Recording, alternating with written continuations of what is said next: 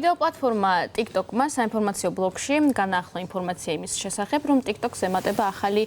ფუნქციები, მათ შორის არის მშობელთა კონტროლის გაზრდა, ასევე ინსტრუმენტების დამატება კონტენტ კრეატორებისთვის და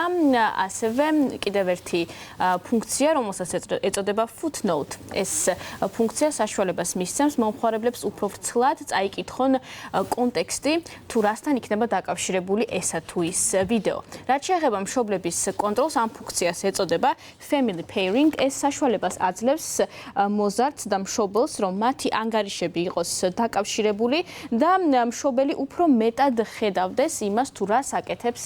შვილი. TikTok-ზე შესაძლებლობა ექნება მაგალითად მშობელს, რომ დაბლოკოს სხვადასხვა ანგარიშები, რომლებიც ცდილობენ ინტერაქციას მოზარდთან და ეს დაუშვათ არ მოსწონს მშობელს, ასევე ნოტიფიკაცია, ინფორმაცია მივა მშობელთან იმასთან დაკავშირებით, რომ მოზარდმა გამოაქვეყნა პუბლიკაცია, იქნება ეს ვიდეო თუ ფოტო და ასევე მშობელს ექნება შესაძლებლობა შეამოწმოს თუ რა უსაფრთხოების პარამეტრები აქვს დაყენებული მოზარდს. ასევე რაც შეეხება კონტენტ კრეატორებს, მათთვის იქნება დამატებითი ინსტრუმენტები,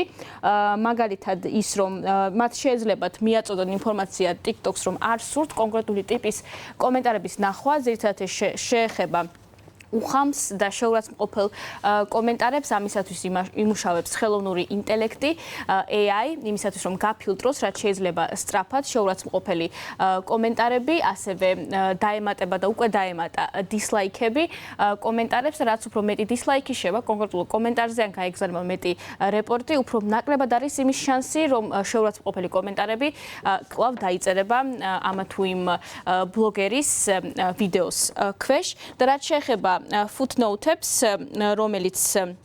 დაემატება თანდათანობით, ეს არის პლატფორმა X-ზე არსებული community notes-ის მსგავსად, როდესაც სხვადასხვა პოსტის ქვემოთ დამატებითი კონტექსტის მიზნით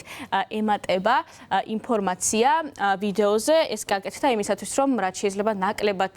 გავრცელდეს TikTok-ზე манипуლაციური ცნობები, ხოლო რაც შეეხება იმას, თუ როდის ამოქმედდება ეს ფუნქციები, კონკრეტულ თარიღს არ ასახელებენ TikTok-ზე, თუმცა კომპანიის თქმით თანდათანობით რამდენიმე თვეში გლობალური მასშტაბით X-ს TikTok-ი მუშაობს, უკვე თანდათანობით ამუშავდება ყველა ფუნქცია.